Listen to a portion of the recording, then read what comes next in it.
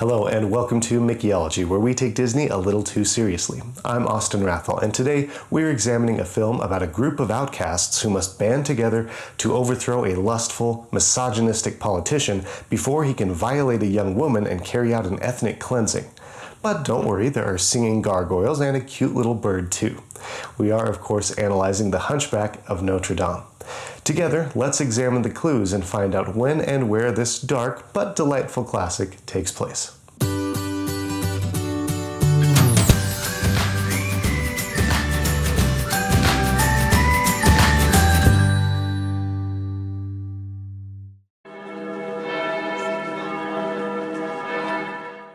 Unless you thought this was a movie about the university in Indiana, then you probably already know where the movie takes place.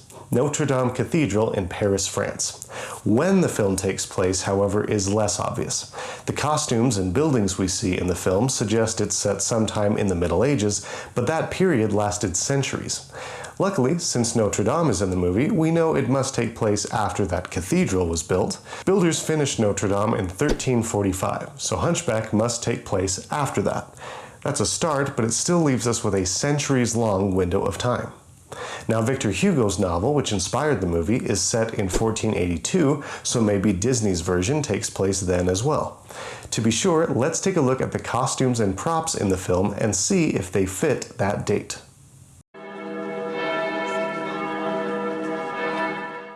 Many of the costumes in Hunchback are simple and plain, but one is among the boldest in Disney history. Phoebus sports golden armor with a blue tunic and cape. While this isn't the typical outfit of a medieval knight, you can find many knights dressed like this in French art. Each of these illustrations depicts soldiers from different historical eras, but the soldiers all wear blue and gold, and all the illustrations come from the mid to late 1400s. This means Phoebus may live around that time too. In 1482, perhaps? Speaking of Phoebus, he winds up breaking Quasimodo's heart when he kisses Esmeralda right in front of our hero. In case you couldn't tell Quasi's heart was broken, he illustrates it by tearing a playing card in half, and it's the Ace of Hearts. The French actually gave playing cards the 4 suits that they use today, standardizing them in the mid-1400s. The French also made cards cheaper by stenciling symbols onto the cards, which they began doing in the 1480s. So this card is yet another clue that our story unfolds in 1482. However, another prop dismantles this theory. When Esmeralda and her goat Jolly have to hide from the soldiers, they disguise themselves with a coat, a cane, and a pipe. Tobacco is native to the Americas, so Europeans didn't start smoking pipes until after the Columbus expedition in 1492. Tobacco finally reached France in 1560 when French ambassador Jean Nicot brought it over from Portugal. They named nicotine after him because of this.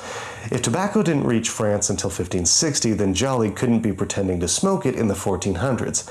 It is possible, however, that Esmeralda picked up her pipe somewhere outside of France. We don't see many smokers in the film, so maybe tobacco is rare in her time. Still, the very earliest she could possibly have procured a pipe would be the early 1500s, when tobacco began to reach places like the Middle East and China. The pipe may just be an anachronism, and the movie takes place in 1482 after all. If it's not an anachronism, though, then the movie actually takes place decades later. To solve this puzzle, we must look at one more clue. Or rather, listen to it. Let's examine the movie's dialogue. The dialogue in Hunchback contains many references to the Middle Ages. Characters discuss the Feast of Fools, which was a popular European festival that lasted until the 16th century.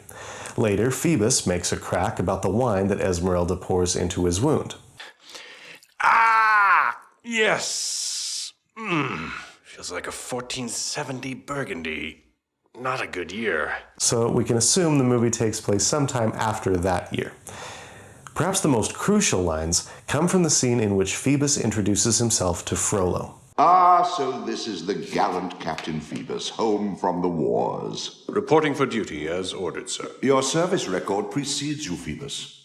I expect nothing but the best from a war hero of your caliber. And you shall have it, sir. Here we learn that Frollo summoned Phoebus back from war, but did you notice how they don't say that he's returned from the war?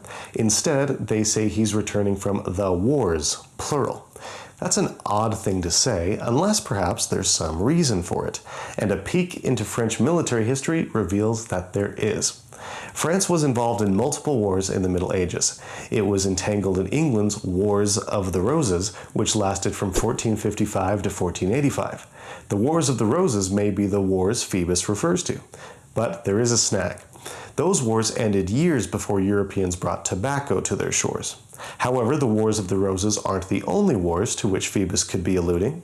From 1494 to 1559, France fought in the Italian Wars. These wars began just after Columbus's first expedition. If Phoebus returned to Paris from the Italian Wars, it would be possible for him to meet a young Roma woman who had picked up a tobacco pipe somewhere at some point in her adventures. Speaking of the Roma, the characters in Hunchback sound quite suspicious of them. A woman on the street tells her child, "Stay away, child. They're gypsies. They'll steal us blind." Frollo says he's been trying to expel the Roma from Paris for decades. For 20 years, I have been taking care of the gypsies. There was real anti-Roma prejudice in medieval Europe. The first report we have of Roma living in Paris comes from 1427, and by 1504, the French ordered their expulsion. In 1539, another official order banished the Roma from Paris specifically. The anti-Roma hysteria of the early 1500s fits the events we see in the Hunchback of Notre Dame, and France was also involved in the Italian Wars in the early 1500s. It looks like the movie doesn't take place in 1482 after all, but rather a few decades later, when Esmeralda's people were under attack in France, men like Phoebus were caught up in wars abroad, and the French were about to discover what would become a stereotypically favorite pastime.